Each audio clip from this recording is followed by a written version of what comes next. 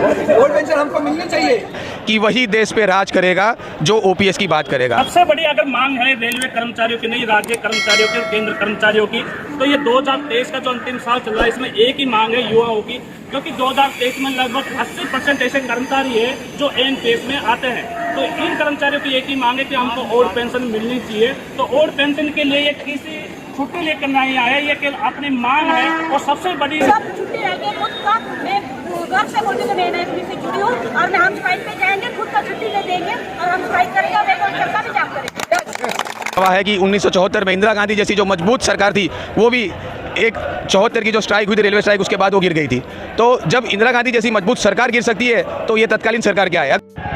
साथियों कि आज देश में सबसे बड़ा मुद्दा है कर्मचारियों का, चाहे वो राज्य सरकार के कर्मचारी हो, चाहे वो केंद्र के कर्मचारियों का सवाल हो। तो सरकार भी जो मांगे हैं उस मांगों से जो सरकार है वो भी बौखलाई हुई है। तो मैं आज यहाँ पर हमारे साथियों से भी मैं आज वार्तालाप करूँगा कि सबसे जो बड़ा मुद्दा है ओपीएस बहाल करो, एनपीएस खत्म करो, फिर क्या रणनीति है संगठनों की, क्या सरकार को हरा पाएंगे 2024 में। तो यहाँ पर मैं बात करूँगा कि आपका नाम क्या है और आपकी डेजिग्नेशन बताइए। मेरा नाम संजय सूर्यपली है, मैं वेस्टर्न रेलवे अहमदाबाद डिवीज़न का जॉइंट डिविजनल सेक्रेटरी हूँ और जैक्सन कोऑपरेटिव बैंक का डायरेक्टर हूँ।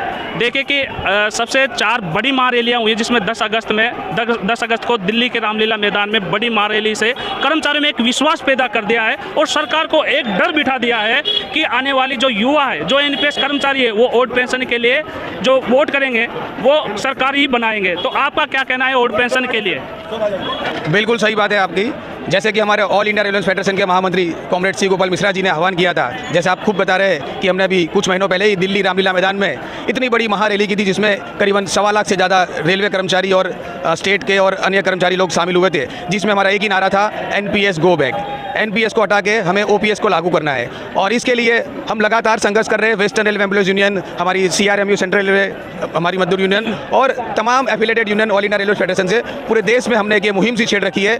और रेल कर्मचारी नहीं, रेल कर्मचारी के साथ हमारे सगे संबंधी, हमारे जितने रिश्तेदार, हमारे दोस्त मित्र, हम हर जगह इस मुहिम को छेड़ेंगे और हम घर घर जाके लोगों को बताएंगे कि अगर आपको अपनी सिक्योरिटी, अगर हम जैसे बात करें हमारी जो बुढ़ापे की लाठी है, जो हमारी ओल्ड पेंशन स्कीम, अगर वो हमें हासिल करना है तो हमें इस एनपीएस को नाबूद करना पड़ेगा। और एनपीएस को हम तभी नाबूद कर पाएंगे जब इस सरकार को हम हमारे मत के अधिकार से डरा पाएंगे। सरकार तब तक नहीं मानेगी जब तक उसे डर नहीं होगा कि ये सरकारी कर्मचारी 50 लाख से ज़्यादा रेलवे सरकारी कर्मचारी और उनके परिवार और उनके रिश्तेदार सब मिलकर अगर एक हो गए तो जिस तरह से आपने देखा अन्य स्टेट में जो एनपीएस जहाँ पे लागू थी वहाँ पे। सर ये बड़ा सवाल है कि कर्मचारी आज पढ़े लिखे कर्मचारी है और पढ़े लिखे कर्मचारी वो मानते हैं कि बुढ़ापे की लाठी और बुढ़ापे का जो कवच है वो ओल्ड पेंशन है, क्योंकि अगर एनपीएस मिलती है आपकी 70,000 सैलरी और आप मान लीजिए 1 साल बाद में रिटायर्ड होते हो तो 4,000 आपको एनपीएस पेंशन मिलेगी। आपकी 60 वर्ष की उम्र हो चुकी होती है, उस समय आपके पास कोई काम करने का कोई शरीर भी काम नहीं करेगा।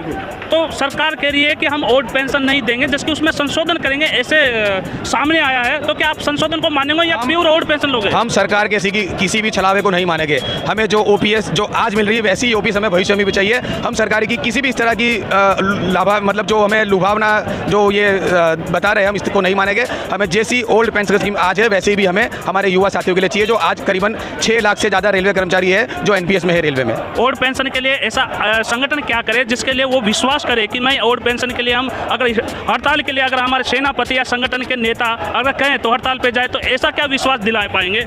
देखिए आप इतिहास गवाह है कि 1974 में इंदिरा गांधी जैसी जो मजबूत सरकार थी, वो भी एक 74 की जो स्ट्राइक हुई थी, रेलवे स्ट्राइक, उसके बाद वो गिर गई थी। तो जब इंदिरा गांधी जैसी मजबूत सरकार गिर सकती है तो ये तत्कालीन सरकार क्या है? अगर रेलवे कर्मचारी और सभी सरकारी कर्मचारियों ने अगर ये ठान लिया कि हमें ओल्ड पेंशन स्कीम लाके रहना है, तो 50 लाख सरकारी कर्मचारी और उनके रिश्तेदार और उनके जितने भी सब सगे संबंधी है, अगर सबने ठान ली और सरकार को इस बात का अगर पता चल गया कि ये अगर सारे एक तरफ हो गए, अगर हमें वोट नहीं दिया, तो सरकार को जैसे अन्य स्टेट में ओपीएस लागू किया, ऐसे पूरे भारतवर्ष में, पूरे भारतीय रेलवे में और हर जगह सरकारी कर्मचारी को ओपीएस देना पड़ेगा। परंतु अभी देखिए कि राजस्थान, छत्तीसगढ़ में ओपीएस लागू है। अभी हाल ही में पहले चुनाव में बहाल किया गया था, अपने 2023 के जो 3 दिसंबर को चुनाव का रिजल्ट आएगा, तो क्या कर्मचारी ओपीएस में वोट करेंगे या फिर कर्मचारी सरकार को रिपीट करने देंगे? देखिए, मैं बोलता हूँ, जैसे अभी हमारा आज आपने देखा होगा दिवस में नारा था कि वही देश पे राज करेगा जो ओपीएस की बात करेगा, और हम और हमारे सारे कर्मचारी और उनके परिवार के सदस्य जो ओल्ड पेंशन स्कीम हमें देगी, उसी सरकार को हम और हमारे साथी वोट करेंगे। आप युवाओं को क्या संदेश देना चाहते हैं?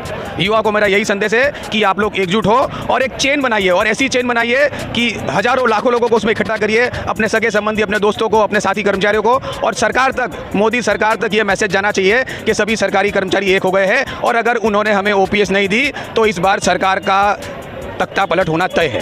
आप ये बताइए कि बहुत सारे अर्थशास्त्री ये भी बोल रहे हैं, आरबीआई का गवर्नर भी ये बोल रहे हैं कि अगर ओल्ड पेंशन दी गई तो यहाँ पर अर्थव्यवस्था में भारत कमज़ोर हो जाएगा, परंतु कुछ लोग ये भी बोल रहे हैं कि अगर कर्मचारी को ओल्ड पेंशन देना एक रेवड़ी जैसा है, तो फिर नेताओं को रेवड़ी क्यों दी जा रही है?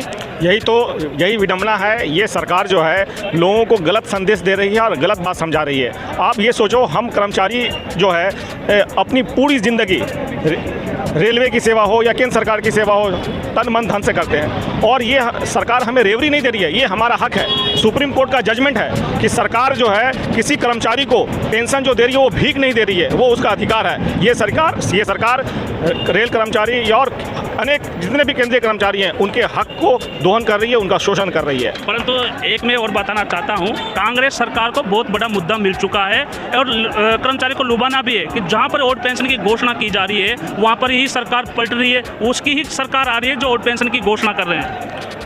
हम किसी रेल कर्मचारी हैं, हम किसी सरकार के पक्ष और विरोध में बात नहीं करते हैं। हम कर्मचारियों के हित की बात करते हैं। जो रेल कर्मचारियों की, केंद्रीय कर्मचारियों के हित की बात करेगा। पर हम कांग्रेस तो कर्मचारियों के हित की बात कर रहे हैं ना। हम किसी पार्टी विशेष की बात नहीं कर रहे हैं, चाहे कोई भी हो।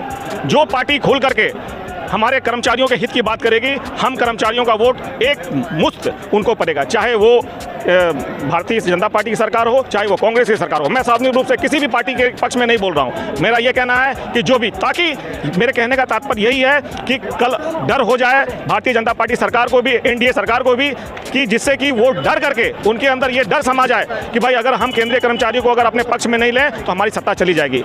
संजय जी, एक और लास्ट सवाल है आपसे कि आपको पता है कि ये 5 राज्यों का चुनाव बहुत ही महत्वपूर्ण है। छत्तीसगढ़, राजस्थान, मध्य प्रदेश, तेलंगाना, ये बहुत ही महत्वपूर्ण। आपको पता है कि पश्चिम बंगाल और त्रिपुरा राज्य ऐसे हैं जिसने कभी एनपीएस योजना लागू ही नहीं की गई थी। तो क्या ये 5 राज्य सरकार को बताएंगे कि भाई ओल्ड पेंशन चालू नहीं की गई तो 5 राज्य बीजेपी की पार्टी से जाएंगे? जहाँ तक मेरा मानना है, बिल्कुल आप सही कह रहे हैं कि अगर चाहे वो राज्य सरकार के कर्मचारी हो या केंद्र सरकार के कर्मचारी हो, और इस इलेक्शन में बहुत बड़ा प्रभाव पड़ने वाला है।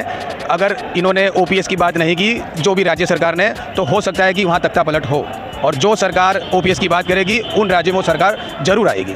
कर्मचारियों का यही कहना है कि जो ओपीएस बहाल करेगा वही देश पे राज करेगा, परंतु ये भी सबसे बड़ा रिजल्ट 3 दिसंबर को देखने को मिलेगा। क्या जो कर्मचारी ओपीएस को वोट करेंगे या सरकारें रिपीट होगी, ये भी 3 दिसंबर को पता चलेगा, क्योंकि 2024 में लोकसभा का चुनाव है, बड़ा चुनाव है। तो दोस्तों, फिर मिलते हैं अगले वीडियो में। जब तक जय हिंद, जय भारत।